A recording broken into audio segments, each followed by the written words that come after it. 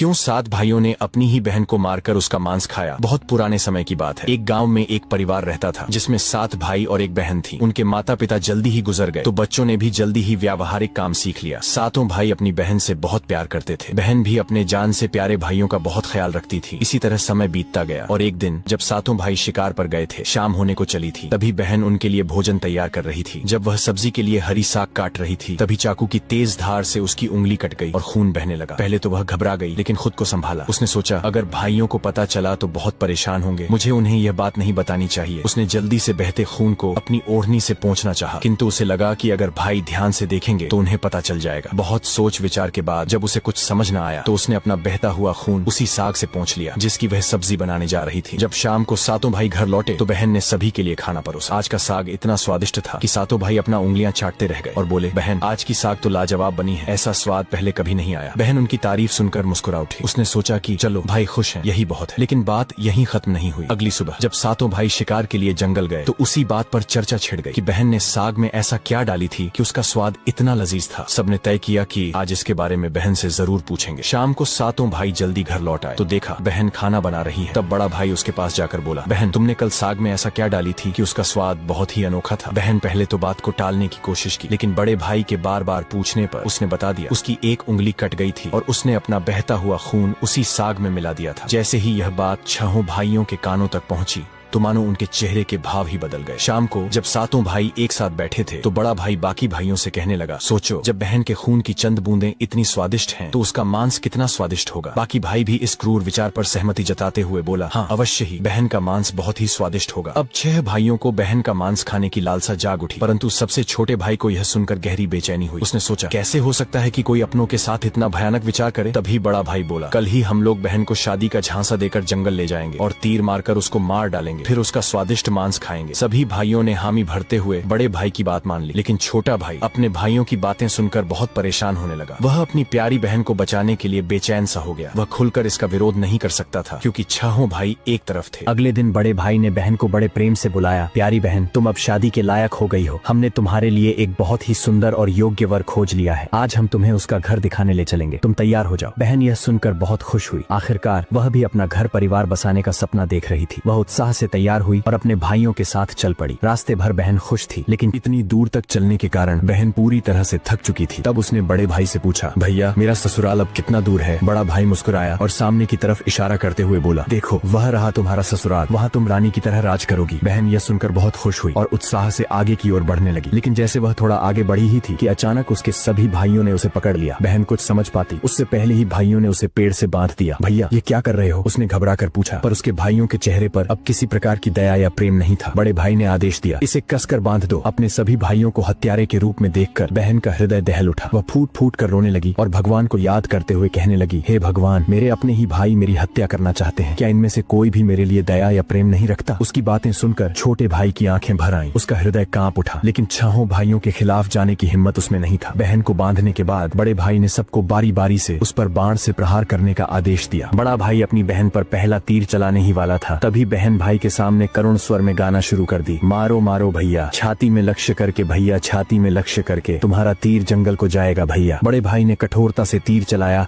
लेकिन निशाना चूक गया। इसके बाद दूसरा भाई तीर चलाने को आगे बढ़ा। बहन ने पुनः वही करुण गीत गाया। दूसरा भाई भी निशाना साधने में असफल रहा। एक एक करके सभी 6 भाइयों ने अपनी बहन को मारने की कोशिश की, परंतु हर बार उनका निशाना चूक जाता। अब सबसे छोटे भाई की बारी थी। सभी भाई उस पर चिल्लाते हुए बोला, पूरी ताकत से तीर चलाना, बहन को एक ही वार में मार डालना। अगर तुम असफल रहे तो हम तुम्हें भी जिंदा नहीं छोड़ेंगे। छोटे भाई के लिए यह स्थिति असहनीय थी। वह अपनी बहन से अत्यधिक स्नेह करता था। बहन ने जब छोटे भाई की जान खतरे में पड़ते देखी तो उसने मन ही मन निर्णय कर लिया, वह अपनी प्राण त्याग देगी, लेकिन अपने सबसे प्रिय भाई को मरने नहीं देगी। उसने मन ही मन ईश्वर से प्रार्थना की, हे भगवान, मेरे इस छोटे भाई का तीर मेरी छाती भेदने में सफल हो जाए, ताकि इसे इन पापी भाइयों के हाथों मरना न पड़े। फिर उसने करुण स्वर में वही गीत गाई, मारो मारो भैया, छाती में लक्ष्य करके भैया, छाती में लक्ष्य करके, तुम्हारा तीर मेरी छाती को भेद जाए भैया। छोटे भाई की आंखों से अश्रुधारा बहने लगी, पर वह मजबूर था। उसने कांपते हाथों से तीर चलाया। तीर बहन की छाती में गहराई से उतर गया। वह दर्द से कुछ देर छटपटाती रही और फिर उसकी आंखें हमेशा के लिए बंद हो गईं। 6 भाइयों ने अपनी कुटिल योजना को सफल होते देखा तो उनके चेहरे पर क्रूर मुस्कान आ गई। अब 6 भाइयों ने मिलकर बहन के शव को टुकड़ों में काट डाला। बड़े भाई ने छोटे भाई को जंगल से लकड़ी और पानी लाने को कहा। छोटा भाई भीतर ही भीतर बहुत ही ज्यादा चिंतित था। उसकी आंखों के सामने उसकी प्रिय बहन की शव को टुकड़ों में काट उसके मांस को पकाया जा रहा था, लेकिन वह असहाय था। जब वह जंगल गया तो पानी और लकड़ियों के साथ कुछ मछलियां और केकड़े भी ले आया। उसने मन ही मन सोचा, मैं अपनी बहन का मांस नहीं खा सकता, लेकिन अगर मैंने विरोध किया तो ये निर्दयी भाई मुझे भी मार डालेंगे। जल्द ही चावल और मांस तैयार हो गया और भोजन परोसा गया। सभी भाई मांस खाने के लिए उत्सुक थे। छोटे भाई ने चुपके से अपने खाने की जगह एक गड्ढा खोद रखा था। जैसे ही उसकी थाली में बहन का मांस परोसा गया, उसने बिना किसी को दिखाए मांस को गड्ढे में डाल दिया और मछली केकड़ा खाने लगा। बाकी के सभी भाई अपनी बहन की हड्डियां चबा रहे थे। जब सभी का पेट भर गया तो बड़े भाई ने छोटे भाई से कहा, अब यह जूठन साफ करो। छोटे भाई ने बहन की हड्डियां व बाकी अंगों को इकट्ठे किया और चुपके से उसी गड्ढे में डालकर मिट्टी से ढक दिया। समय बीतता गया। उस जगह से एक बांस का पौधा उग आया और धीरे धीरे वहाँ बांसों का समूह बन गया। फिर एक दिन एक संत वहाँ से गुजर रहे थे, तभी उनकी नजर बांस के समूह पर पड़ी, जो कि बहुत बड़ी और घनी थी और ये बाकी बांसों से थोड़ा अलग प्रतीत हो रहा था। तो संत ने सोचा, क्यों न बांस से एक वाद्य यंत्र बनाया जाए जिससे मैं गांव में घर घर बजाकर भिक्षा मांग सकूं। तो उन्होंने एक बांस काट लिया और उसे अपने साथ ले गए। संत ने उस बांस से सारंगी नामक एक वाद्य यंत्र बनाया। वे उसे बजा बजा कर दिन भर लोगों के घर जाकर भिक्षा मांगते और बदले में खूब सारा उपदेश देते थे। एक दिन संत भिक्षा मांगते हुए उसी गांव में जा पहुंचे जहां वे 7 भाई रहते थे और अब तक 6 भाइयों का विवाह हो चुका था, लेकिन 7वां भाई अब भी अकेला था। वह अपनी बहन के दर्द को भूला नहीं था और इसीलिए उसने विवाह भी नहीं किया। जब संत बड़े भाई के घर पहुंचे, जैसे ही उन्होंने आंगन में कदम रखा, उनके सारंगी ने खुद ही गाना शुरू कर दिया, नहीं बजोरे सारंगी, यही है दुश्मन सबसे बड़ा। बड़े भाई के घर नहीं बजोरे सारंगी, दया प्रेम सब छोड़कर रिश्ते में यही दाग लगाया। ये सुनते ही बड़े भाई के पसीने छूटने लगे। वह आवाज सुनकर तुरंत भाप गया कि ये तो मेरी बहन की आवाज है, जिसे हम 7 भाइयों ने बहुत साल पहले मारकर खा गए थे। वह सोच सोच कर परेशान हो रहा था कि कहीं अगर गांव वाले को सच्चाई का पता चला तो क्या होगा। उसने तुरंत अपनी पत्नी से कहा, जल्दी से योगी को भिक्षा देकर विदा करो। योगी बिना कोई प्रश्न किए भिक्षा लेकर वहाँ से आगे बढ़ गया। इसके बाद योगी बारी बारी से 6 भाइयों के घर पहुँचे। हर बार जैसे ही वे किसी भाई के आंगन में कदम रखते, सारंगी फिर वही करुण गीत गाने लगता, नहीं बजोरे सारंगी, यही है दुश्मन सबसे बड़ा, इन पापी भाइयों के घर नहीं बजोरे सारंगी। सभी भाई बहुत परेशान होने लगे, इसलिए एक के बाद एक सभी भाइयों ने अपनी पत्नी से कहा कि तुरंत योगी को भिक्षा देकर विदा कर दो। अंत में योगी सबसे छोटे भाई के घर पहुँचे। जैसे ही योगी ने उसके द्वार पर कदम रखा, सारंगी ने अपनी धुन बदल ली और एक नई मधुर संगीत बजने लगी, बजोरे बजो सारंगी, मेरे सबसे छोटे भाई के घर, मन की बात मन में छुपाकर युग युग से रख रहा है, बजोरे बजो सारंगी, यही है मेरे सबसे प्यारे भाई का घर। ये सुनकर छोटा भाई चौंक गया और सोचने लगा, ये तो मेरी बहन की आवाज जैसी प्रतीत हो रही है। फिर मन ही मन सोचा, नहीं नहीं ये मेरा भ्रम है। लेकिन संगीत को बार बार दोहराने के बाद वह अजीब सा महसूस करने लगा। उसने तुरंत योगी को सम्मान पूर्वक अपने घर में बैठने के लिए कहा। छोटे भाई ने योगी का खूब सम्मान और जलपान से स्वागत किया। फिर उसने उनसे सारंगी की कहानी पूछी। योगी ने उसे बताया कि यह वाद्य यंत्र एक विशेष बांस से बना है, जो एक अज्ञात जगह पर जंगलों के बीच से उगे बांस के समूह से लिया गया था। ये सारंगी से उत्पन्न संगीत और योगी की बात सुनकर छोटा भाई सोच में पड़ गया और मन ही मन विचार करने लगा कि हो सकता है इस सारंगी से मेरा कोई गहरा संबंध हो। फिर छोटे भाई ने योगी से विनती की, कृपया यह सारंगी मुझे दे दीजिए, मैं इसे हमेशा अपने पास रखूंगा। योगी ने सहानुभूति से उसकी ओर देखा और बिना कोई सवाल किए वह सारंगी छोटे भाई को सौंप दिया और वहाँ से चला गया। योगी के जाने के बाद छोटे भाई ने सारंगी को एक पवित्र स्थान पर रख दिया। उसने उसे धूप दीप जलाकर सम्मान दिया जैसे वह कोई पूजनीय वस्तु हो। लेकिन कुछ ही दिनों में उसने अपने घर में एक अजीब सा बदलाव महसूस किया। हर दिन जब वह काम से लौटता तो देखता कि घर के सारे काम हो चुके हैं,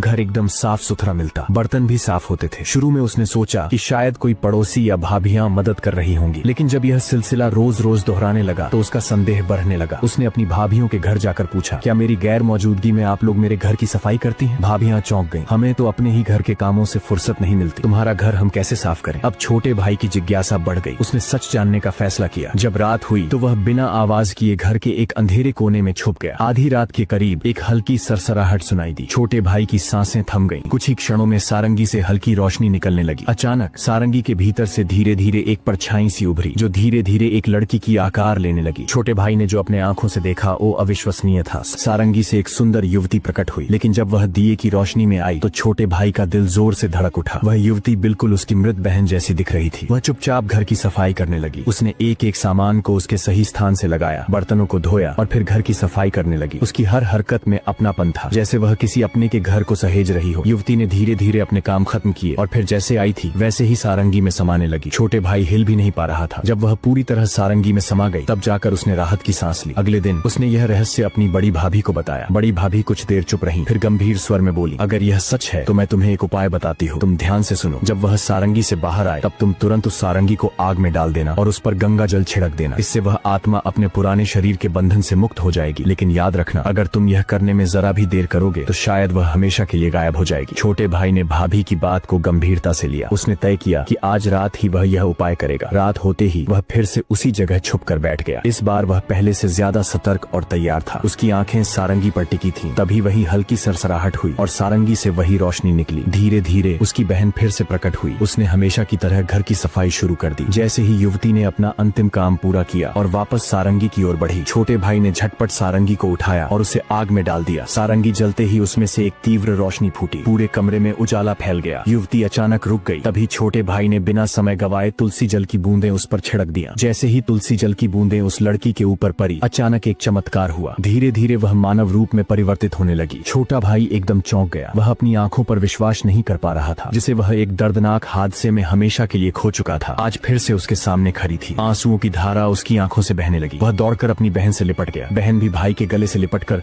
जोर जोर से रो पड़ी। दोनों एक दूसरे को देखकर फुट फुट कर रो रहे थे। छोटे भाई ने अपनी बहन का हाथ थाम लिया, जैसे वह कभी उसे दोबारा खोना नहीं चाहता था। लेकिन कहानी यहीं खत्म नहीं हुई। छोटे भाई ने तय किया कि वह अपने 6 भाइयों को उनके पापों का एहसास कराएगा। छोटे भाई ने पूरे गांव वाले को इकट्ठा किया। उसके चेहरे पर दर्द और आंखों से आंसुओं की धारा बह रही थी। उसने कांपती आवाज में कहना शुरू किया, आज मैं आप सभी को एक बहुत बड़ा सच बताने जा रहा हूँ। एक ऐसा सच जिसे सुनकर आपके रोंगटे खड़े हो जाएंगे और आपको अपने ही परिवार से भरोसा उठने लगेंगे कि कोई अपनों के साथ भी ऐसा कर सकता है। लेकिन मैं ऊपर वाले से यही दुआ करता हूँ कि ऐसा किसी के साथ न हो। फिर छोटे भाई ने बताना आरंभ किया, मेरी बहन जो वर्षों पहले मर चुकी थी, उसकी मौत कोई हादसा नहीं थी, बल्कि मेरे अपने ही 6 भाइयों ने उसे शादी का झांसा देकर जंगल में ले गया और मेरे ही हाथों बहन की हत्या करवा दिया। इतना ही नहीं, उन्होंने उसके शव को टुकड़े कर उसके मांस को पकाकर खा भी लिया। इतना सुनते ही गांव वाले की सांसें थम सी गईं। फिर छोटा भाई बोला, लेकिन पता नहीं ये ईश्वर का कैसा चमत्कार है। मेरी बहन जो वर्षों पहले इस हादसे का शिकार हुई थी, वो आज भी हम लोगों के बीच बिल्कुल सही सलामत खड़ी है। इतना बोलकर छोटे भाई ने अपनी बहन को आवाज दिया, आओ बहन, सबके सामने आओ। बहन धीरे धीरे आगे बढ़ी। जब वह सबके सामने आई तो उसे देखकर सभी की आंखें फटी की फटी रह गई। किसी को भी अपने आंखों पर यकीन ही नहीं हो रहा था कि जो लड़की वर्षों पहले मर चुकी थी वो आज उन सबके सामने खड़ी है, बिल्कुल वैसे ही जैसे पहले थी। किसी को भी इस चमत्कार पर भरोसा नहीं हो रहा था, लेकिन सच तो यही था कि उसका पुनर्जन्म हुआ है। गांव वालों को छोटे भाई की बातें सुनकर और उसकी बहन पर हुई अत्याचार को देखकर सभी की आंखें नम हो गई। बहन की पुनर्जन्म की बात जब 6 भाइयों तक पहुंची तो मानो जैसे उनके पैरों तले जमीन सी खिसक गई हो। इधर गांव वाले आपस में बात कर रहे थे कि इन दरिंदों को समाज में रहने का कोई अधिकार नहीं, जो अपनी ही बहन को मारकर खा सकते हैं। वो गांव भला इन राक्षसों से कैसे सुरक्षित रहेगा। हमें अभी इन राक्षसों को गांव से बाहर कर देना चाहिए। अब लोगों का गुस्सा 7वें आसमान पर था। गांव के बड़े बुजुर्गों ने विचार किया कि हमें इन पापियों को सजा देना ही होगा। अगर आज इन्हें छोड़ दिया गया तो पता नहीं आए दिन ये किसके लिए कब और कैसी मुसीबत बन जाए। तभी बड़े बुजुर्गों का आदेश पाकर गांव के कुछ लोग 6 भाइयों के घर गए और उनको घसीटते हुए सभी के सामने ले आए। डर के मारे सभी भाइयों की हालत बहुत ज्यादा खराब हो चुकी थी। अब गांव वालों ने फैसला सुनाया कि इन दुराचारियों को लाठियों और डंडों से पीटते हुए गांव की सीमा तक छोड़ाओ और याद रहे आज के बाद ये कभी भी इस गांव में दिखाई नहीं देने चाहिए। इतना सुनते ही 6 भाई गांव वालों के सामने गिड़गिड़ाकर अपने जिंदगी की भीख मांगने लगे। लेकिन उनकी काली करतूतों को जानकर किसी को भी उन पर दया नहीं आई। यहाँ तक कि उनकी पत्नियां भी उनकी घिनौनी हरकतों को जानकर उनको हमेशा के लिए छोड़कर अपने मायके चली गई। इधर लोगों के आंखों में गुस्से की ज्वाला भड़क रही थी। अब 6 भाइयों को लग रहा था कि आज उनके जिंदगी का आखिरी पल है और अब उन्हें बचाने के लिए कोई आगे नहीं आएगा। ये सब सोचकर उनका रो रो कर बुरा हाल हो गया था। लेकिन तभी उनकी ऐसी दुर्दशा और बेबस हालत को देखकर बहन से रहा नहीं गया और उनको बचाने के लिए आगे आई और रोते हुए गांव वालों से बोली, मैं मानती हूँ कि मेरे भाइयों की गलती माफी के लायक नहीं है, लेकिन है तो ये मेरे अपने ही भाई। इन्हें अपनी गलती का एहसास हो चुका है। मैं आप सभी से हाथ जोड़कर विनती करती हूँ कि इन्हें अपनी गलतियों को सुधारने का एक मौका दीजिए। वह बार बार रोते हुए गांव वालों से मिन्नतें कर रही थी। ये सब देखकर 6 भाइयों का हृदय कांप उठा। वे आपस में एक दूसरे से कहने लगे कि जिस बहन के ऊपर हम लोगों ने इतना अत्याचार किया, आज वही हमें बचाने के लिए सामने खड़ी है। उन्हें अपनी गलतियों पर गहरा पछतावा होने लगा और वे फूट फूट कर रोने लगे। बहन का अपने भाइयों के प्रति प्रेम और क्षमा भाव को देखकर गांव वाले का हृदय भी पिघल गया। उन्होंने भाइयों को माफ कर दिया। भाई को माफ होते देख बहन बहुत खुश हुई और उनके पास गई। तभी सभी भाई रोते हुए बहन के सामने हाथ जोड़कर अपने किए की माफी मांग रहे थे और अपने गलतियों को कोस रहे थे। बहन से अपने भाइयों की आंखों में आंसू देखी नहीं गई और वह खुशी खुशी अपने भाइयों को माफ माफ कर दी। सभी भाई बहन से लिपट कर रो पड़े। ये सब देखकर गांव वालों के भी आंखों में आंसू झलक आए। अब सभी भाई बहन को लेकर अपने घर को लौट गए। अब सभी भाई अपनी बहन से अत्यधिक स्नेह करने लगे और पहले से भी ज्यादा अपनी बहन का ख्याल रखने लगे। वे हंसी खुशी अपनी जिंदगी बिताने लगे। अब ये कहानी यहीं पर समाप्त होती